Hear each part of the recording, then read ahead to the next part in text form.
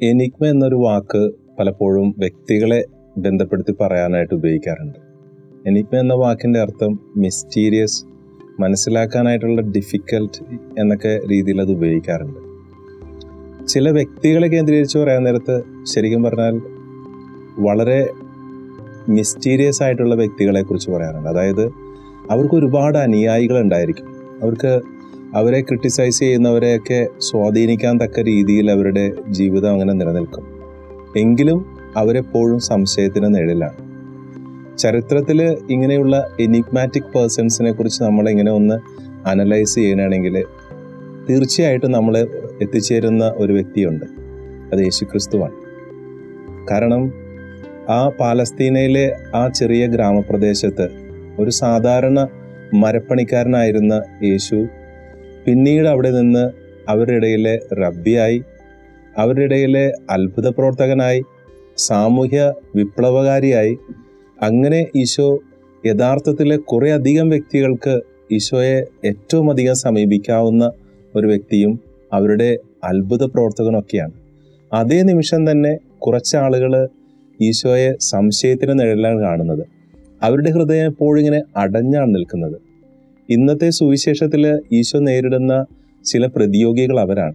ഈശോ അവരുടെ മുമ്പിൽ നിൽക്കുമ്പോൾ പോലും അവർ ഈശോയെ അംഗീകരിക്കുന്നതേയില്ല. അവർ ഈശോയുടെ ഒരു പ്രവർത്തനത്തെയും സപ്പോർട്ട് ചെയ്യുന്നില്ല.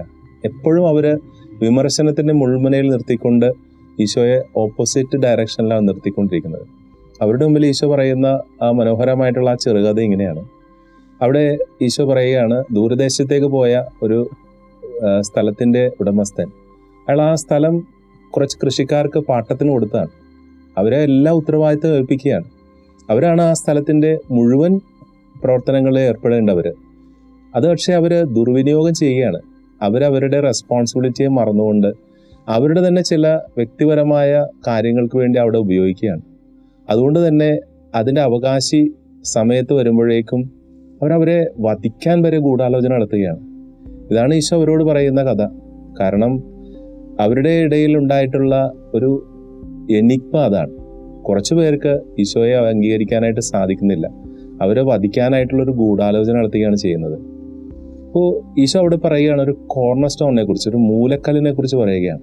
യഥാർത്ഥത്തിൽ ആ മൂലക്കല്ലെന്ന് പറയുന്നത് അവർക്ക് എല്ലാവർക്കും അറിയാം. ആ കാലഘട്ടത്തിൽ ഒരു വലിയ ബിൽഡിംഗ് ഒക്കെ പണിയുകയാണെങ്കിൽ, ഒരു ചെറിയ വീട് പണിയുകയാണെങ്കിൽ അതിൻ്റെ മൂലയ്ക്ക് ഉപയോഗിക്കുന്ന ഏറ്റവും വലിയ കല്ലാണത്.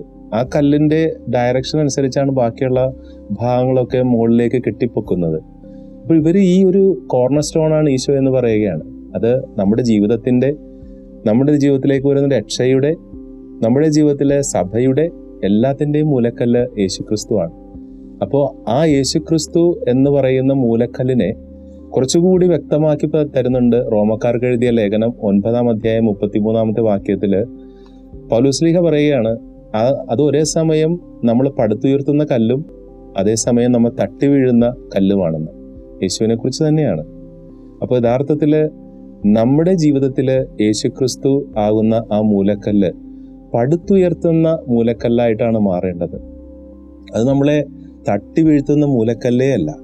സംശയത്തോടുകൂടി നിൽക്കുന്നവർക്ക്, ഹൃദയത്തിൻ്റെ ഉള്ളിൽ സ്വന്തം താല്പര്യങ്ങളിലേക്ക് മാത്രം ചുരുങ്ങിപ്പോകുന്നവർക്ക്, അവരുടെ ഉത്തരവാദിത്തങ്ങളിലേക്ക് അവർ ഏറ്റെടുക്കാതിരിക്കുന്നവരിലൊക്കെ അത് തട്ടി വീഴുന്ന മൂലക്കല്ലാണ്.